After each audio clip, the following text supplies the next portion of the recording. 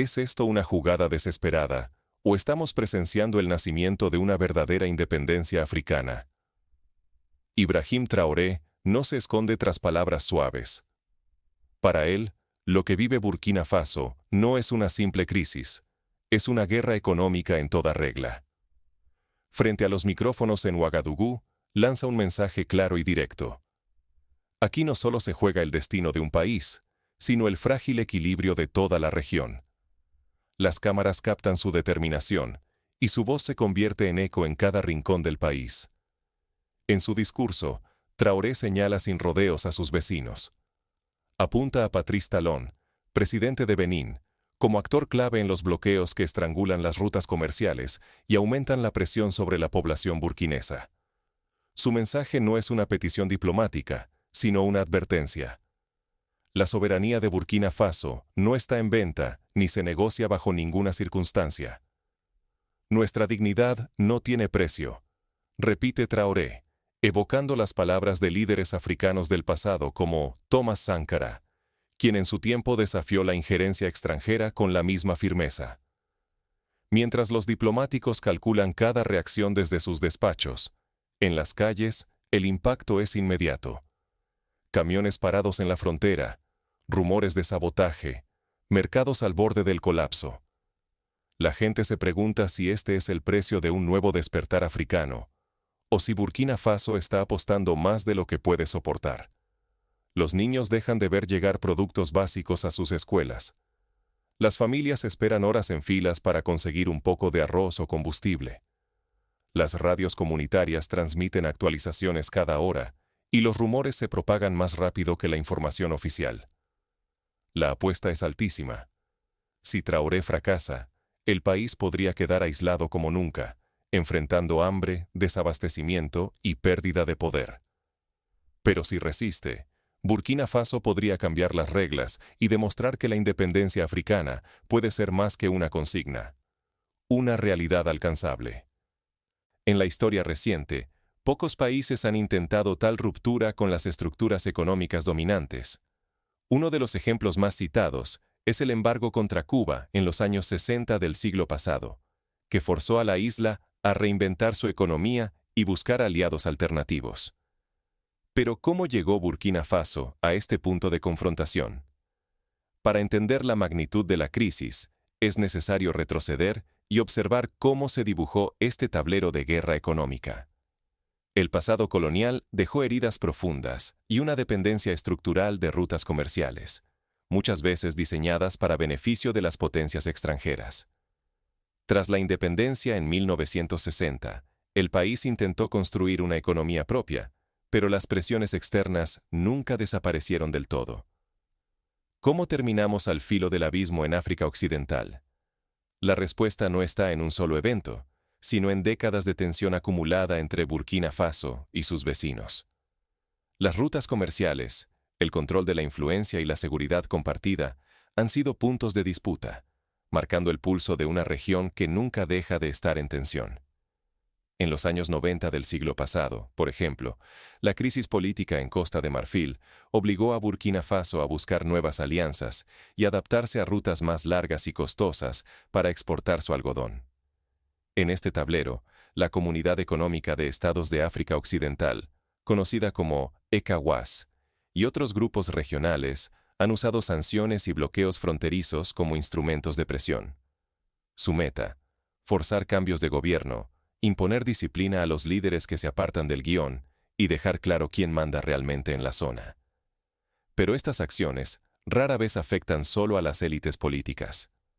Por ejemplo, en 2021, ECOWAS impuso sanciones severas a Mali tras un golpe de Estado, lo que resultó en escasez de medicamentos y alimentos en las zonas rurales, afectando principalmente a niños y ancianos. En las carreteras, decenas de miles de camiones quedan inmóviles durante días o semanas.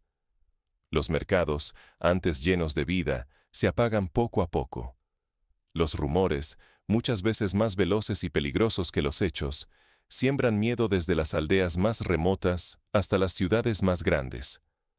Familias, comerciantes y transportistas ven cómo la economía cotidiana se convierte en un campo de batalla, donde cada día se libra una lucha silenciosa por sobrevivir.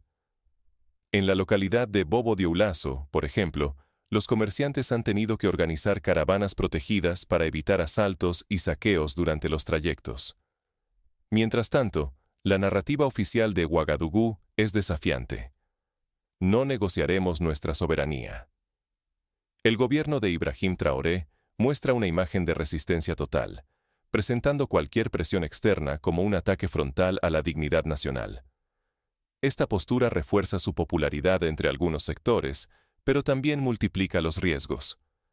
En las redes sociales, la etiqueta Mina resiste Burkina se viraliza, y videos de Traoré hablando en mítines se comparten millones de veces, generando un efecto de unidad y orgullo nacional. Porque aquí, detrás de cada decisión, hay mucho más que política en juego. La reputación de los gobiernos pende de un hilo. Ceder ante la presión puede parecer debilidad, pero resistir podría llevar al colapso económico y al sufrimiento de millones de personas. La frontera entre determinación y desastre nunca ha sido tan estrecha. Los expertos advierten que un error de cálculo podría arrastrar a la región a una crisis humanitaria como la vivida en Etiopía durante los años 80 del siglo pasado, cuando las sanciones y la guerra interna provocaron una hambruna devastadora. Pero, ¿qué ocurre cuando la presión externa se vuelve insoportable y las consecuencias alcanzan a los más vulnerables? Para entenderlo, debemos descender al día a día de quienes viven bajo el peso de las sanciones. En la ciudad de Kaya, los agricultores se han visto obligados a intercambiar parte de sus cosechas por medicinas, ya que el efectivo escasea y los precios aumentan cada semana. ¿La presión aplasta o templa? Esa es la pregunta que cruza la frontera de Burkina Faso hoy.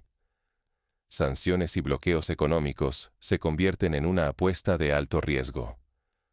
Lo que empezó como un castigo, ahora revela sus consecuencias inesperadas. Las naciones sancionadoras también sienten el golpe, con rutas comerciales rotas y mercados desabastecidos. Toda África Occidental respira un aire denso y cargado de tensión.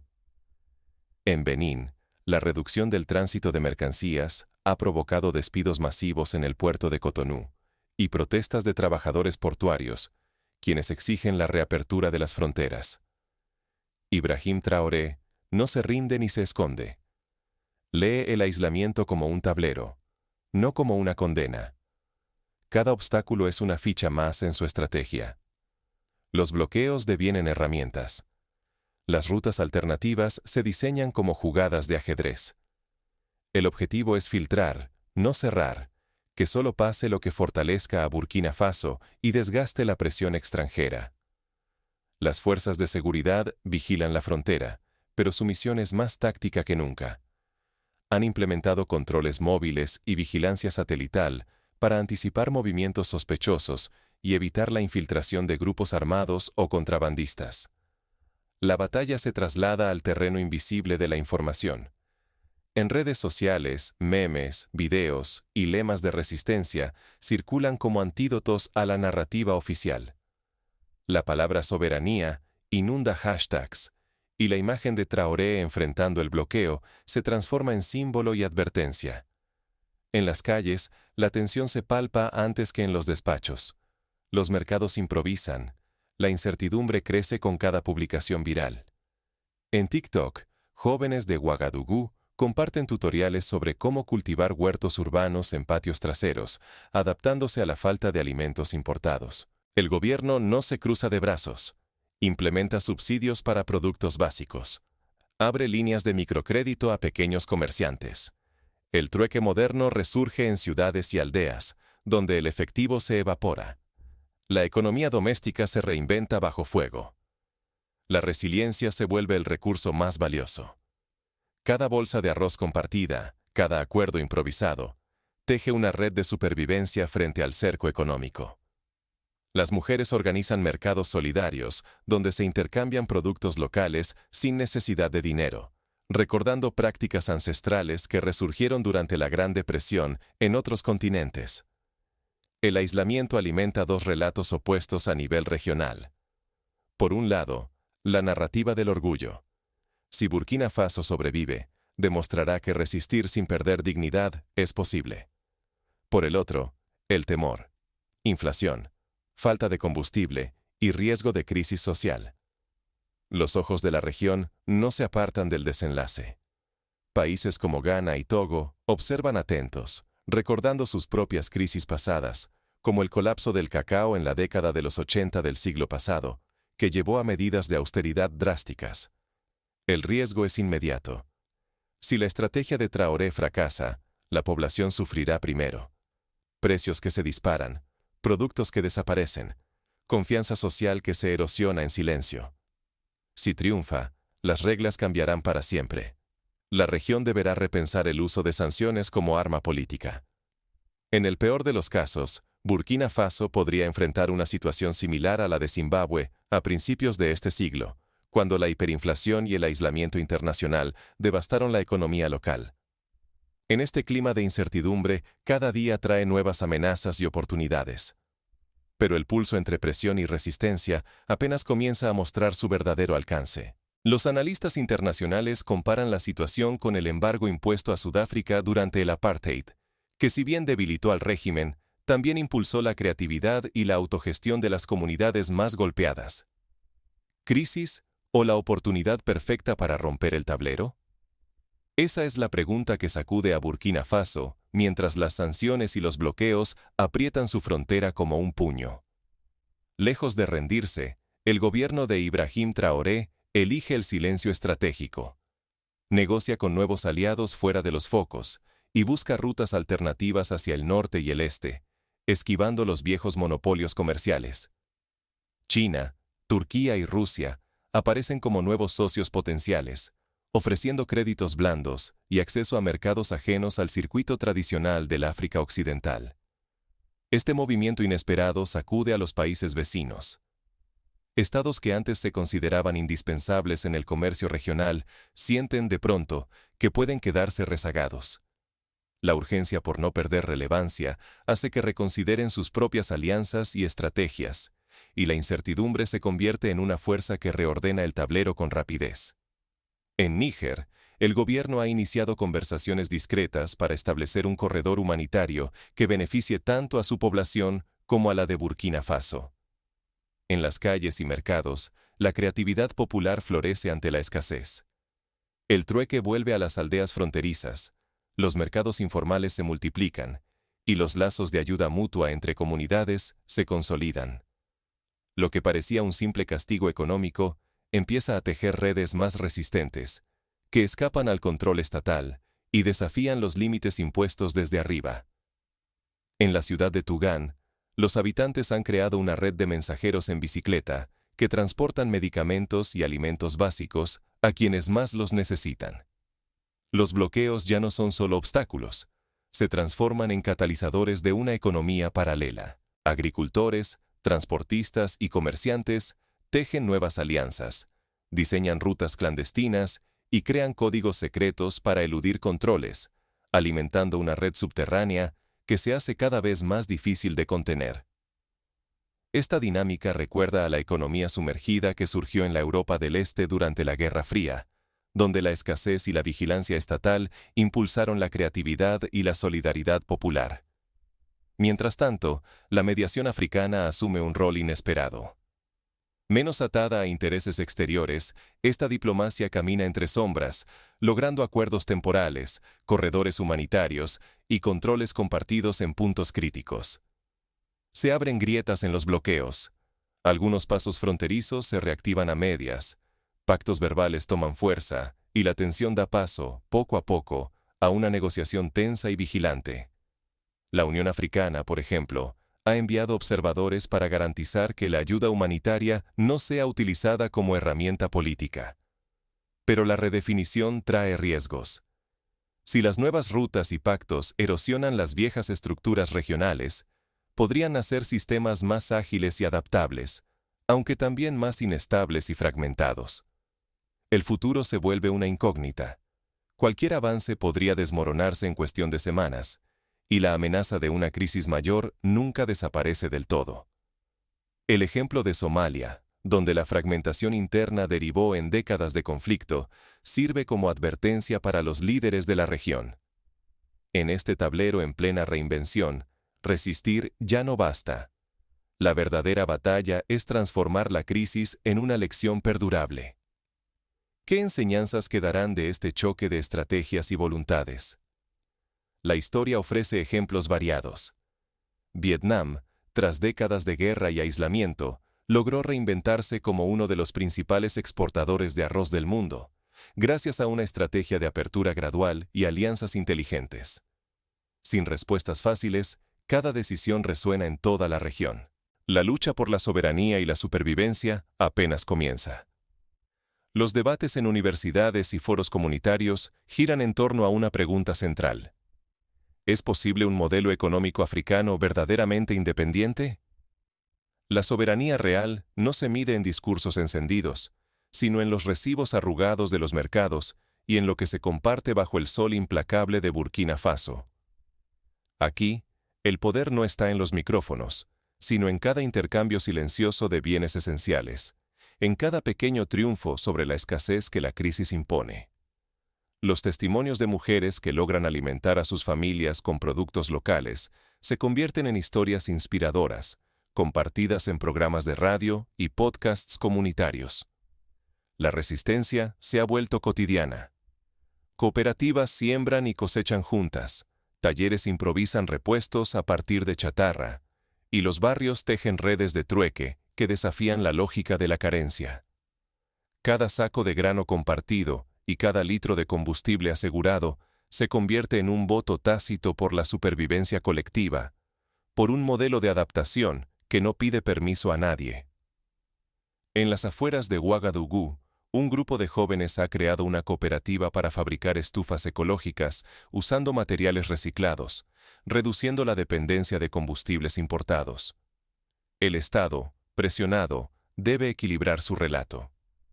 Además de la propaganda, surgen medidas concretas: subsidios al pan, transporte subvencionado, apoyos puntuales a agricultores y transportistas, y fondos de emergencia para quienes más sufren. La legitimidad ya no se gana solo con promesas, sino con soluciones tangibles que alivian el dolor diario. La distribución de semillas mejoradas y la capacitación en técnicas de agricultura sostenible son ejemplos de políticas implementadas para reducir la vulnerabilidad ante el bloqueo. Las sanciones duelen, pero la creatividad las amortigua. Sin moneda extranjera, florecen sistemas rotativos de crédito, bancos comunitarios improvisados y el trueque resurge como salvavidas. La reasignación de recursos es quirúrgica. Lo poco disponible se dirige a los puntos más críticos, donde faltar significaría colapso. En la ciudad de Dori, las mujeres han formado un banco de alimentos comunitario, donde cada familia aporta lo que puede y recibe lo que necesita, según la urgencia del momento. La diplomacia se mueve en paralelo. No se limita a reaccionar, sino que busca prevenir nuevas fracturas. Se abren canales discretos con los países vecinos. Se participa en paneles donde la sociedad civil y expertos discuten medidas. Y las exenciones humanitarias dejan de ser favores para convertirse en cláusulas automáticas, negociadas como derechos. La experiencia de Sudán del Sur, donde la intervención diplomática evitó un desastre humanitario en 2017, sirve de inspiración para los mediadores africanos. La resiliencia ya no depende de himnos ni símbolos, sino de sistemas adaptativos. La sociedad aprende a reorganizarse, a crear reglas nuevas y a desafiar el bloqueo con hechos. La escuela que no cierra, la cosecha que no se pierde, el mercado que sigue abierto. La victoria deja de ser épica y se vuelve una rutina de resistencia cotidiana. Los maestros rurales organizan clases al aire libre y comparten recursos didácticos entre comunidades para no interrumpir la educación de los niños. La reforma de ECOWAS se discute como herramienta de ajuste, no de castigo. Se exigen paneles de revisión periódica con la sociedad civil y, sobre todo, exenciones automáticas para proteger necesidades críticas. El foco es blindar a los más vulnerables, no castigarlos por partida doble. En reuniones recientes, varias ONG han propuesto la creación de un fondo regional de emergencia para atender situaciones de crisis alimentaria. Pero el mayor peligro es no aprender nada de esta crisis. Si se repite el ciclo de sanciones y bloqueos sin mirar los daños concretos, solo se perpetúa la fragilidad y se obliga a los más pobres a pagar la factura de los errores políticos. La única victoria sostenible es la que deja lecciones útiles y abre caminos inéditos para resistir el embate.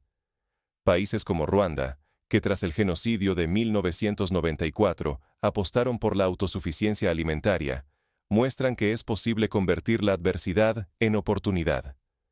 Mientras el pulso continúa en las calles y los despachos, las preguntas cruciales ya no se responden con consignas. ¿Quién paga realmente el precio de la resistencia?